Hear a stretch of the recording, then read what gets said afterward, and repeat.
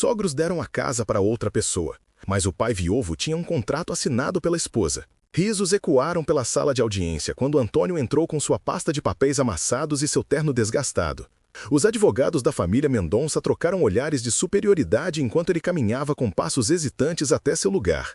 Um empresário aposentado, agora reduzido a um homem de 57 anos com olheiras profundas e uma barba por fazer. Os sogros, sentados com postura impecável do outro lado, nem sequer o olharam nos olhos, apenas sussurraram algo para seu advogado, que sorriu com desdém. Senhor Oliveira, entendo que o senhor está representando a si mesmo neste caso? Perguntou a juíza, com uma sobrancelha levantada que apenas intensificou a humilhação. Mais risos abafados vieram do fundo da sala, onde parentes dos Mendonça observavam o espetáculo. Antônio apertou os dedos contra a pasta como se sua vida dependesse daqueles papéis, enquanto gotas de suor desciam por sua testa. Um viúvo lutando sozinho contra uma das famílias mais influentes da cidade. Você teria coragem de enfrentá-los no lugar dele? Ou se juntaria à maioria, desviando o olhar daquele homem aparentemente derrotado? Conte-nos nos comentários. Sem meritisma, respondeu ele, com voz surpreendentemente firme apesar das mãos trêmulas. Não tenho condições de contratar um advogado, mas tenho todas as provas de que preciso bem aqui. Ninguém naquela sala de audiência estava preparado para o que aconteceria em seguida.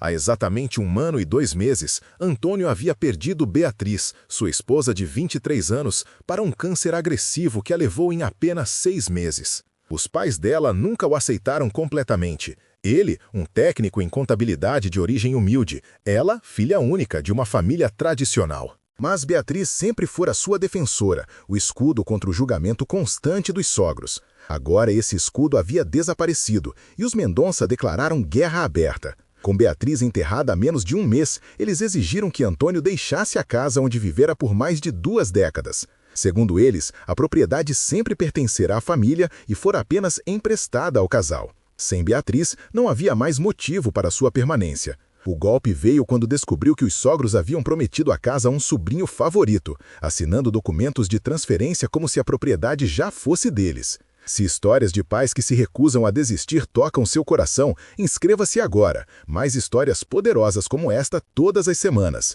Por favor, explique ao tribunal por que acredita ter direito à propriedade na Rua das Acácias, número 128, solicitou a juíza, ajustando os óculos enquanto folheava documentos. Os Mendonça se ajeitaram em suas cadeiras, confiantes. Seu advogado, um homem de terno impecável, sorria com a tranquilidade de quem já considera o caso ganho. Antônio e Beatriz haviam se conhecido na faculdade. Ele trabalhava como auxiliar administrativo para pagar suas aulas noturnas de contabilidade. Ela estudava direito, por insistência dos pais. Um trabalho em grupo os aproximou, e contra todos os prognósticos e contra a feroz oposição dos Mendonça, se apaixonaram. Namoraram por 2 anos antes de decidir se casar, mesmo sabendo que significaria um rompimento quase completo com a família dela. Eles nos deram a casa como presente de casamento, explicou Antônio à juíza, sua voz agora mais confiante enquanto retirava o primeiro documento da pasta. Mas sempre fizeram questão de deixar claro que era um presente para Beatriz, não para mim. Por 23 anos, joguei esse jogo. Aguentei comentários sobre como eu não merecia sua filha, como eu nunca seria realmente parte da família. Objeção meritíssima, interrompeu o advogado dos Mendonça. Essas alegações são irrelevantes e apenas tentativas de gerar simpatia emocional. Indeferido, respondeu a juíza secamente. Quero ouvir o contexto completo. Continue, senhor Oliveira. Os olhos de Antônio se encheram de lágrimas que ele se recusava a derramar. Respirou fundo e continuou. Quando Beatriz foi diagnosticada, os médicos disseram que seria rápido, 6 meses, no máximo 1 ano. Ela sabia que seus pais tentariam me tirar tudo assim que ela partisse. Foi ela quem insistiu em colocar tudo em ordem. A sala silenciou. Mesmo os Mendonça pareciam desconfortáveis agora, o pai de Beatriz ajustando o colarinho como se de repente estivesse apertado demais. Na última semana de vida de minha esposa, quando ela já estava sob cuidados paliativos em nossa casa, seus pais apareceram com documentos para ela assinar. Documentos que, segundo eles, garantiriam o meu futuro. Beatriz estava fraca, mas sua mente estava lúcida. Ela fingiu assinar o que eles trouxeram. Antônio pausou, engolindo com dificuldade. A juíza o observava com atenção renovada. O que os senhores Mendonça não sabiam é que 3 semanas antes nós já havíamos resolvido tudo. Beatriz havia contratado uma advogada particular sem o conhecimento deles, e juntos preparamos todos os documentos necessários. Antônio sempre fora o pai presente que sua filha, Mariana, precisava. Agora, com 15 anos, ela era a imagem viva de Beatriz. Mesmo os olhos determinados, mesmo o sorriso gentil. Quando Beatriz adoeceu, Antônio Tonho quem equilibrou as consultas médicas com as reuniões escolares, as noites no hospital com as refeições caseiras, as contas a pagar com os momentos de conforto que sua esposa e filha desesperadamente precisavam. Os Mendonça raramente apareciam durante o tratamento. Muito ocupados, alegavam. Mas quando o fim se aproximou, começaram a fazer visitas frequentes, sempre quando Antônio estava no trabalho ou resolvendo questões do tratamento. Sempre sozinhos com Beatriz. Minha filha está esperando no corredor, meritíssima, disse Antônio. Mariana tem apenas 15 anos, perdeu a mãe e agora seus avós querem tirar a única casa que ela conheceu na vida. Os mesmos avós que mal apareceram enquanto Beatriz lutava pela vida. A senhora Mendonça soltou um som indignado. Isso é absurdo, nós amamos nossa filha.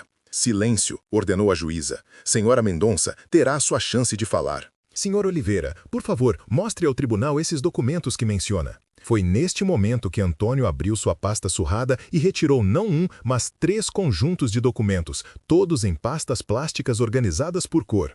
A sala observou em silêncio enquanto ele os entregava ao oficial de justiça com mãos agora firmes. O primeiro documento é o testamento de Beatriz, assinado e reconhecido em cartório 3 semanas antes de seu falecimento, deixando todos os seus bens para mim e nossa filha Mariana.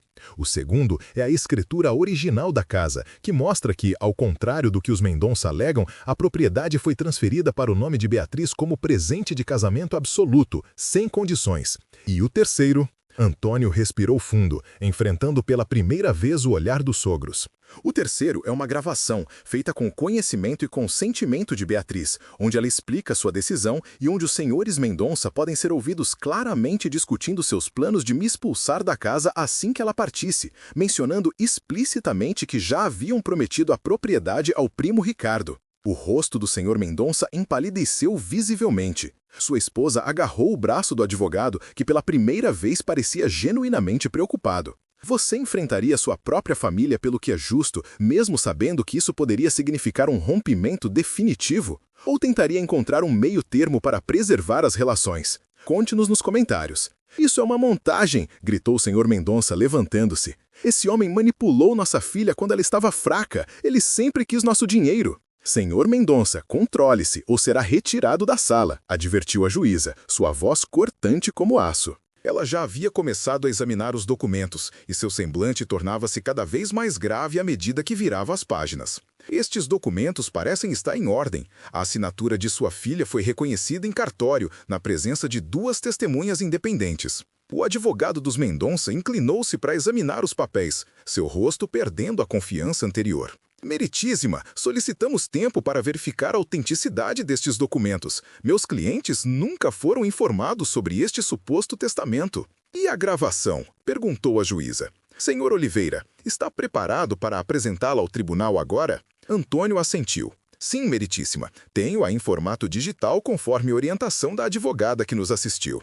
A tensão na sala era palpável, enquanto o oficial de justiça preparava o equipamento. Os Mendonça cochichavam furiosamente com seu advogado, que parecia cada vez mais desconfortável. Finalmente, a voz de Beatriz preencheu a sala, fraca mas determinada. Meu nome é Beatriz Mendonça Oliveira. Hoje é dia 17 de setembro de 2023. Estou lúcida e consciente, apesar de minha condição terminal. Quero deixar registrado que deixo todos os meus bens, incluindo a casa na Rua das Acácias, para meu marido, Antônio Oliveira, e nossa filha Mariana Mendonça Oliveira. Meus pais estão cientes de minha doença terminal e já discutiram planos para... A gravação continuou, revelando conversas que os Mendonça nunca imaginaram que seriam ouvidas em público. Detalhes sobre como sempre planejaram a casa, como consideravam o casamento de Beatriz um erro, como já haviam prometido a propriedade ao sobrinho favorito. Quando a gravação terminou, o silêncio na sala era ensurdecedor. A juíza retirou os óculos e encarou os Mendonça com um olhar que misturava desapontamento e indignação. Em meus 20 anos de magistratura, começou ela, sua voz controlada, mas vibrando de autoridade. Poucas vezes testemunhei tamanha tentativa de desonrar os últimos desejos de alguém, especialmente quando essa pessoa é sua própria filha. A senhora Mendonça começou a chorar, mas ninguém na sala parecia comovido. Seu marido mantinha o olhar fixo na mesa à sua frente, incapaz de encarar qualquer pessoa. Meritíssima, tentou intervir o advogado. Meus clientes agiram movidos pelo luto e pela... Poupe-me, interrompeu a juíza. O tribunal reconhece a validade do testamento de Beatriz Mendonça Oliveira. A propriedade na Rua das Acácias, número 128, pertence legalmente a Antônio Oliveira e sua filha, Mariana Mendonça Oliveira. Além disso, os senhores Mendonça deverão arcar com todas as custas processuais e honorários advocatícios.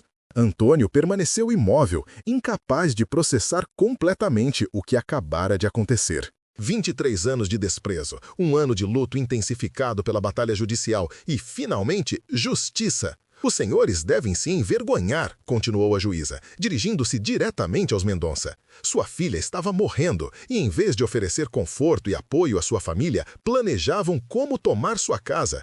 Este tribunal considera este caso encerrado. Quando Antônio saiu da sala de audiência, Mariana o esperava no corredor, nervosa, roendo as unhas, um hábito que herdara da mãe. Ao ver seu pai, seus olhos se iluminaram com expectativa. Conseguimos, filha, disse ele simplesmente, abrindo os braços. Mariana correu para ele, soluçando contra seu peito. A casa é nossa, sua mãe garantiu isso. Ela sempre pensava em tudo, não é? Sussurrou Mariana entre lágrimas. Sempre, confirmou Antônio, sentindo o peso de meses de incerteza finalmente deixar seus ombros. Do outro lado do corredor, os Mendonça emergiram da sala de audiência, visivelmente abalados. O senhor Mendonça hesitou, como se quisesse aproximar-se, mas foi detido por sua esposa, que o puxou na direção oposta. Antônio os observou partir, sem raiva, apenas com uma profunda tristeza pelo que poderia ter sido. Enquanto caminhavam para fora do tribunal, Mariana olhou para o pai. O que acontece agora? Eles ainda são meus avós. Antônio suspirou, passando o braço pelos ombros da filha. Agora vamos para casa, nossa casa. Quanto aos seus avós, as portas estarão sempre abertas para eles, se um dia decidirem que família é mais importante que orgulho. 3 semanas depois, um envelope foi entregue na casa dos Oliveira. Dentro, um cartão assinado pela senhora Mendonça, apenas ela, convidando Mariana para um almoço. Um pequeno passo, talvez, mas um começo. A verdadeira força não está em vencer batalhas, mas em saber quando oferecer paz. Nunca julgue o valor de alguém pela aparência ou pela origem. E lembre-se, família não é apenas sangue, mas aqueles que escolhem permanecer, especialmente nos momentos mais difíceis. Se esta história tocou você, inscreva-se agora para mais histórias poderosas como esta todas as semanas. E clique no vídeo na tela para assistir à próxima história, com uma reviravolta tão poderosa que você nunca esquecerá.